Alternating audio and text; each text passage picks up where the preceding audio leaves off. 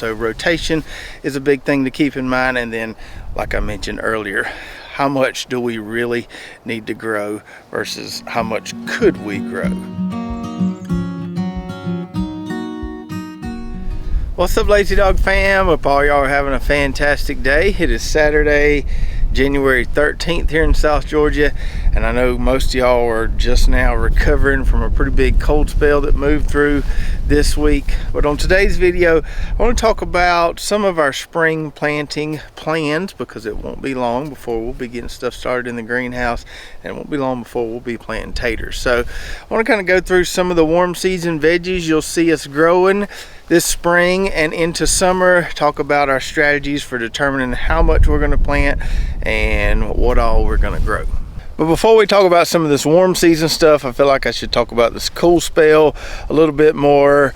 It's coming up on us in the next few days. By the time this video airs, it will have passed. I know a lot of people wanted to see us do a video on what to protect, how cold can stuff take, but we shoot these videos a week in advance, and so by the time I realized it was going to get really cold, I already had videos shot for this week, and that's why we didn't have a video on it. I kind of knew this was going to happen, and that's why, if you recall, several months ago as we were going into winter, I did do a video talking about ways to protect your plants in the winter time. So we did do one of those, although it was a few months ago.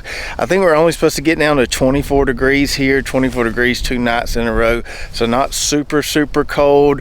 We're not doing a whole lot of preparation, just a little. So later this afternoon, the boys and I are going to get out here and harvest some of this stuff that I think could be damaged by 24 degrees. Going to get the rest of our cauliflower over there. You can see a few of those purple heads peeking out. We also have some white cauliflower over there that needs to be harvested. Probably going to get a good majority of these cabbage heads here. They might make it, but they also might split at 24 degrees. Not worried about these Brussels sprouts. They'll be just fine at 24 degrees. There you can see some of that pretty white cauliflower that we need to harvest later today. I'm also not worried about my onions over here, 24 degrees. Might knock them back a little bit, but it's not gonna hurt them. Not worried about my garlic either. As long as the soil is moist, that should be fine. Same thing with those Louisiana evergreen shallots over there. And then if I have time Monday afternoon, I might cover some of these raised beds here, since I already have some kind of turnkey setups. I can get some cover on them pretty fast. I don't know if I'll cover the carrots or not. Haven't decided yet. I may not. I'll probably definitely cover this mustard here. Although we've already got our money's worth out of this. Already got 3 good harvests. We probably can get a 4th if we can salvage it through this cool spell. So I'll probably cover that bed. Can't cover this bed over here with the collards because those things are too tall, a little awkward. And I don't think I'm really worried about the kale and the rutabagas over there. So we might just leave that one. So I don't know. We might end up covering 3 or 4 beds in here, but not a whole lot. And that's another reason I felt like I really didn't need to do a video on it, because we're not supposed to get super cold here. I know a lot of y'all got really cold, probably lost some stuff. That's unfortunate. But a lot of times these storms or these fronts, as they move from west to east, they kind of peter out by the time they get all the way over here to Georgia. So that's probably why we didn't get it as bad, or are not going to get it as bad as some folks did. But anyways, let's get into some warm season stuff. We've had a lot of people asking us to do a video about what varieties we're growing in the warm season and when we're going to be getting some of this stuff started. So we're going to go through kind of veggie by veggie or fruit by fruit, talk about which ones we might be scaling back a little bit on, which ones we're kind of keeping the status quo, and some of the varieties we're thinking about growing. Now I mention this every year, and I'm going to mention it again this year because it's still a little bit of a mental battle for me, scaling back from when we were selling veggies. So when we were selling veggies, and that was probably 4 or 5 years ago, it was constantly planning ahead, always making sure we had something to put in our veggie bags. But since we're not doing that anymore, you know, we just need to grow enough for us and a little bit to share. But it's been really hard to go from that mindset to this mindset of just growing enough for us, growing enough to put some in the freezer and in the pantry. So I have slowly scaled back year after year. I still grow too much, so it's been tough, but I'm getting there. So as we're planning our spring garden already, figuring out what we're going to grow, how much of it we're going to grow and where we're going to put it. Several considerations we make. One is always rotation. We want to make sure we do a good job rotating everything around.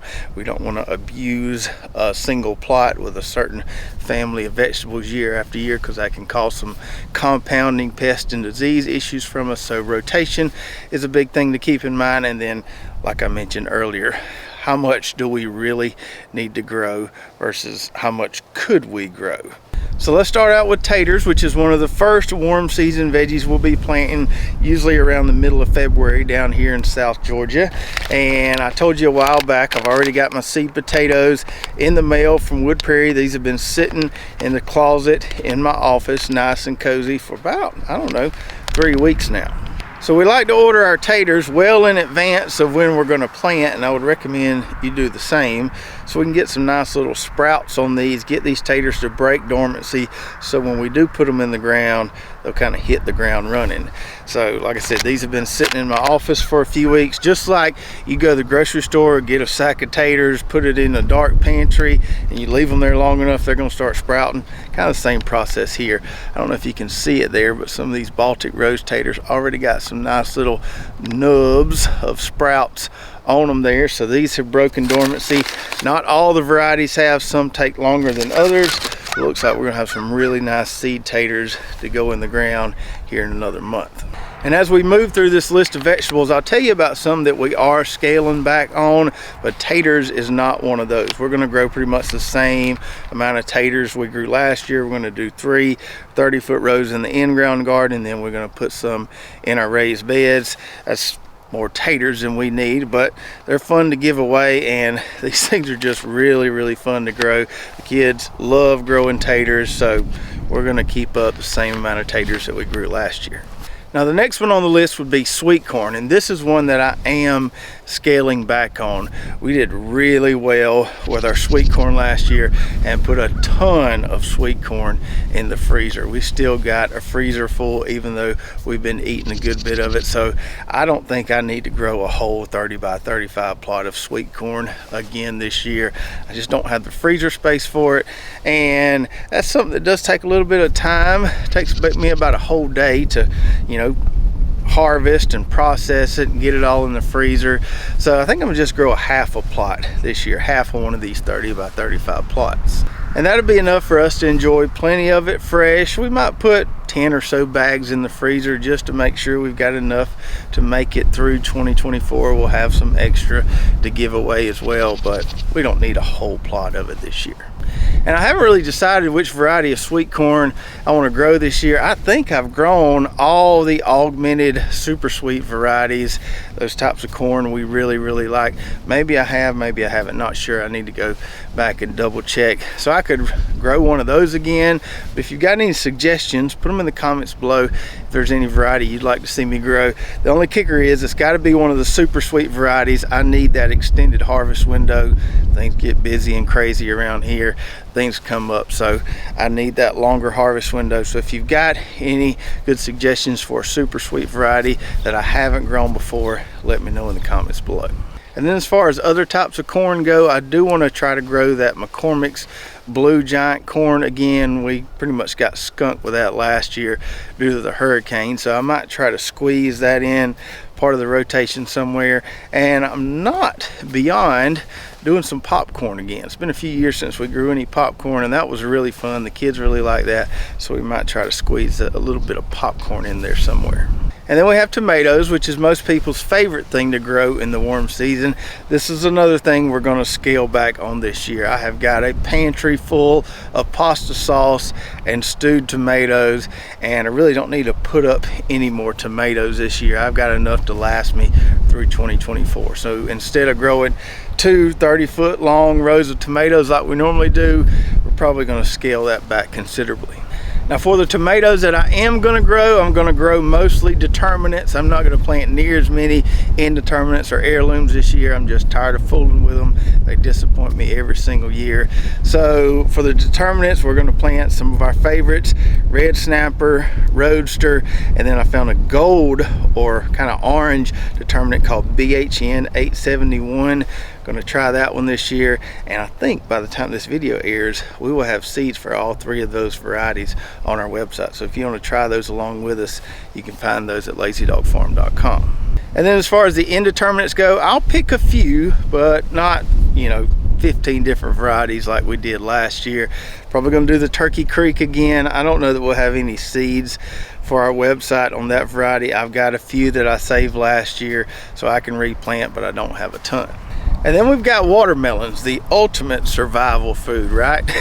It's funny, we always get some of the preppers asking why we grow so many watermelons. It's not a real good survival food, and you're right about that, but they are really, really fun to grow. Me and the kids love growing watermelons, and I just can't help myself. I'm gonna grow a whole 30 by 35 plot of watermelons again this year. We really enjoy just having a stash of fresh watermelons, just being able to eat a watermelon whenever we want to eat a watermelon. So just like we've done the last couple years, we'll do a whole plot of watermelons, seedless and seeded. So we'll have the seedless plants out there, and then we'll use those seeded plants as our pollinators. Haven't decided on all the varieties I'm going to grow, but I really like that Cracker Jack red seedless variety we grew last year. I think I'm definitely going to repeat that one again this year, but I'll throw some others in the mix as well.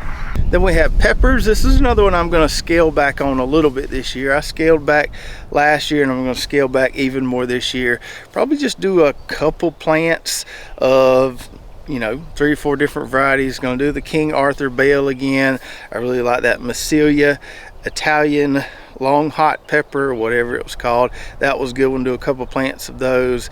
We always like to grow the Santa Fe Grand. Do a couple plants of those. I probably would do a whole row of really hot peppers from my buddy Mark over in Cairo, so he can make his sauces and stuff. But as far as the peppers, just for us, not going to grow a ton, and I might actually just plant them in some of those raised beds over there. That's how few I think I'm going to need. And then we've got squash and cucumbers, and I'm going to group these together because my strategy is kind of the same for both of these. I'm not going to plant a whole lot of these at one time. I've found that 2 or 3 squash plants is oftentimes enough for us to eat squash a couple times a week and be perfectly fine. Cucumbers, we put up a good bit of pickles last year, so I don't really need to grow a whole row of cucumbers. I'm just going to grow, a few plants, enough to give us a constant supply for salads and just chopping them up, eating them fresh. So with the squash and cukes, I'm going to focus less on volume and focus more on succession planting. Now, we always succession plant squash and cucumbers, usually do at least 2 rounds through the warm season before it gets really hot in mid to late July and August. But I think I'm going to try to do even more successions this year and keep a nice steady supply until it gets just too hot to grow them. And as far as varieties go, I'm sure with some of those successions we'll pick a couple varieties we've never tried before, but I've got my tried and true favorites: Gold Prize, Grand Prize, really good straight neck squash varieties that I like. And then as far as the cucumbers go, can't go wrong with Corinto, and that Excelsior pickling cucumber we grew last year. That was a home run too.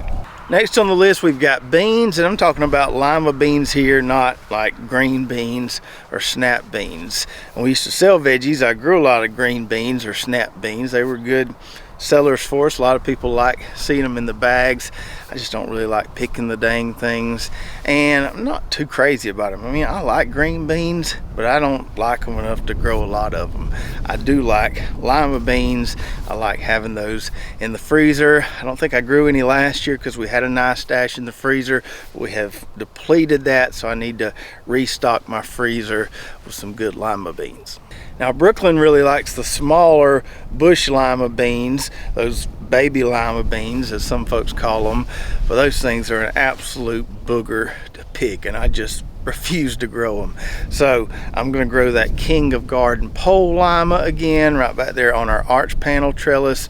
Grow a good many of them, and from experience in past years, we should be able to put quite a few bags in the freezer from a nice grow out on that arch panel trellis. So going to plant some of those once things warm up in, say, mid-April or so, and hopefully we have as good a harvest as we did last time we grew that variety. And moving on to the next veggie, I'm also starting to get a little bit low on my field pea stock in the freezer, so I need to replenish that a little bit. Probably going to plant my field peas in the fall. Not going to take any space up with those in the spring garden.